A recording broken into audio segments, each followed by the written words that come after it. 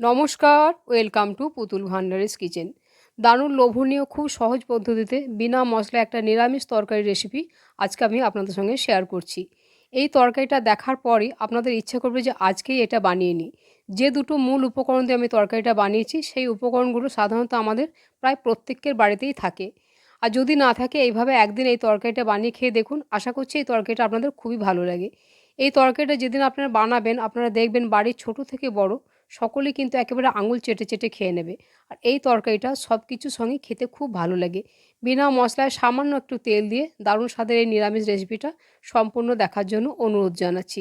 তরকারিটা কী দিয়ে করেছি সেটা না হয় একটু সারপ্রাইজ থাক, রান্না করতে করতেই দেখিয়ে দিচ্ছি। তার জন্য প্রথমেই আমি গ্যাস অন করে কড়াই বসিয়ে দিয়েছি। টেবিল চামচে ১ চামচ পরিমাণে দিয়ে দিলাম সাদা তেল।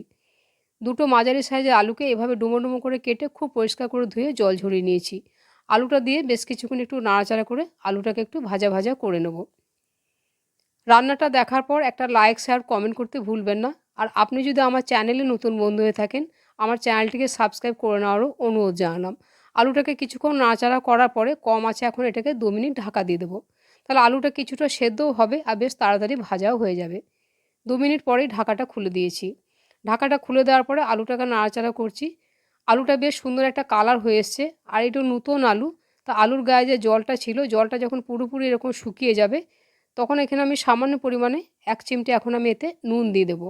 নুন দিলে আলুটা বেশ আরও তাড়াতাড়ি সেদ্ধ হয়ে যাবে। প্রথমেই নুন দিলে আলুটা একেবারে গলে যেত, তাই আলুটা কিছুটা ভেজে নেওয়ার পরে 1 চিমটি নুন দিয়ে ভাজলে আলুটা বেশ ভালো সেদ্ধ হয়ে যাবে। আলুটা ভাজতে ভাজতেই যেন মোটামুটি 80% মতো সেদ্ধ হয়ে যায় এরকমভাবে আলুটাকে ভেজে নিতে হবে। বেশ অনেকটা সেদ্ধ হয়ে গেছে আর খুব সুন্দর আলুটা ভাজা হয়ে গেছে। এরকমভাবে আলুটাকে ভেজে নিতে হবে। এখন এই ভেজে রাখা আলুগুলো একটা বাটির মধ্যে আমি তুলে নিচ্ছি। খুব চটপট যদি কিছু বানাতে ইচ্ছে করে নিরামিষ তরকারি, এই তরকারিটা একদিন বানিয়ে দেখুন। আশা করছি আপনাদের ভালো লাগবে। আর তেল দেওয়ার প্রয়োজন নেই। ওই তেলেই সামান্য একটু গোটা জিরে, একটা শুকনো লঙ্কা আর সামান্য একটু গোটা গরম মশলা, একটা লবঙ্গ, একটা দারচিনি, একটা ছোটো এলাচ দিয়ে দিলাম। এই ফোড়নটাকে কয়েক সেকেন্ড একটু নাড়াচাড়া করে নেব। আপনারা আমার এই রান্নাগুলো কে কোথা থেকে দেখছেন আমাকে যদি একটা কমেন্ট করে জানান, আমার খুবই ভালো লাগে। আর আমি আপনাদের প্রত্যেকের কমেন্টের উত্তরে আমি আপনাদের ধন্যবাদ দিয়ে থাকি। সামান্য একটুখানি আদা বাটা দিয়ে দিলাম। এর পরিবর্তে আপনারা আদাটা গ্রেট করেও দিতে পারেন। আদা বাটাটা দেওয়ার পরে বেশ কিছুক্ষণ একটু নাড়াচাড়া করে একটু আদাটাকে কষিয়ে নিচ্ছি। এই রান্নাটার মধ্যে আর কোনো কিছুই মশলা পড়বে না, শুধু একটু আদা বাটাই দিতে হবে এর মধ্যে। বেশ ভালোভাবে কিছুক্ষণ নাড়াচাড়া করে নিয়েছি। এখন এখানে তরকারিটা রঙের জন্য সামান্য পরিমাণে একটু কাশ্মীরি লঙ্কার গুঁড়ো দিচ্ছি। আমি একটুখানি নুন দিয়েছিলাম, সেই পরিমাণ বুঝে আবারও নুন দিয়ে দিচ্ছি। একটা বেশ বড় সাইজের টমেটো এইভাবে একটু ডুমো ডুমো টুকরো করে কেটেছি, টমেটোটা দিয়ে দিলাম। এখন কম আঁচে টমেটোটাকে দিয়ে বেশ কিছুক্ষণ একটু নাড়াচাড়া করে নিতে হবে। মাঝে মধ্যেই আমাদের দেখবেন খুব তাড়াতাড়ি কিছু বানাতে হয় বা বানিয়ে নিতে ইচ্ছা করে, এই রান্নাটা করে খেয়ে দেখুন। খুবই ভালো হয় রান্নাটা খেতে। টমেটোটা কিছুটা নরম হয়ে গেছে, এখন 1 মুঠো পরিমাণে দিয়ে দিলাম মটরশুঁটি ছাড়ানো। মটরশুঁটিটা দেওয়ার পরও হালকা করে একটু নাড়াচাড়া করব, একেবারে কড়া করে ভাজবো না। আর টমেটোগুলো আস্তে আস্তে অটোমেটিক গলে যাচ্ছে, এগুলো খুন্তি দিয়ে ম্যাশ করারও দরকার নেই। এখন যে আলুগুলো আমি ভেজে রেখেছিলাম, ভেজে রাখা আলুটা দিয়ে দিচ্ছি। এখন একবার সমস্ত কিছু দিয়ে ভালোভাবে একবার কষিয়ে নেব।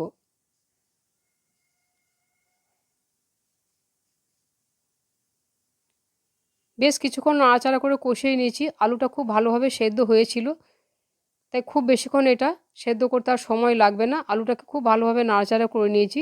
যখন আলুটা প্রায় সেদ্ধ হয়ে যাবে তখন এখানে টেবিল চামচে প্রায় 4 চামচ পরিমাণে ফ্যাটানো টক দই দিয়ে দিলাম।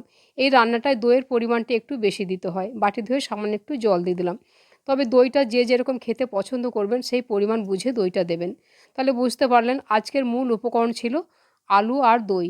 এই দই আলু রেসিপিটা এইভাবে যদি করেন খেতে এত সুস্বাদু হয়, কোনো মশলা লাগে না, সামান্য তেল দিয়ে অসম্ভব টেস্টি হয় রান্নাটা। ঢাকা চাপা ছাড়াই এটাকে 2 মিনিট কম আঁচে এভাবে ফুটিয়ে নেব। 2 মিনিট যখন ফুটে গেছে একবার ভালোভাবে নাড়াচাড়া করে দিচ্ছি। আলুটা আগেই সেদ্ধ হয়েছিল, এখন আবারও দেখে নিলাম। খুব সুন্দর একেবারে তুলোর মতো নরম হয়ে গেছে আলুটা। এরকমভাবেই এটাকে রেখে দিতে হবে। এখন ঠিক নামাবার আগে দিতে হবে সামান্য একটু কসুরি মেথি। এভাবে হাত দিয়ে গুঁড়ো করে ওপর থেকেই দিয়ে দিলাম।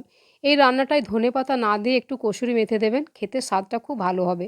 তবে কসুরি মেথি না থাকলে এই সময় ধনেপাতা পাওয়া যায়, ধনেপাতা দিয়ে দেবেন। স্বাদের ব্যালেন্সের জন্য 1 চামচ পরিমাণে দিয়ে দিলাম চিনি। চিনিটা দেওয়ার পরে এটাকে খুব ভালোভাবে নাড়াচাড়া করে দিলাম। দেখুন গ্রেভিটা একেবারে ক্রিমের মতো হয়েছে, দেখতে খুবই সুন্দর হয়েছে। আর দইটা দেওয়ার আগে অবশ্যই গ্যাসের আঁচটা একেবারে কম করে দেবেন। দেখুন দেখতে কত লোভনীয় হয়েছে। তাহলে আজকের এই দই আলু রেসিপিটা আপনাদের কেমন লাগলো কমেন্ট করে জানাতে ভুলবেন না। ভালো লাগলে একটা লাইক শেয়ার করবেন। আর আমার চ্যানেলটিকে সাবস্ক্রাইব করে নেওয়ারও অনুরোধ জানালাম। রান্নাটা সম্পূর্ণ দেখার জন্য ধন্যবাদ। তাহলে আবার অন্য কোনো দিন দেখা হবে অন্য কোনো রেসিপিতে। সবাই ভালো থাকবেন। নমস্কার।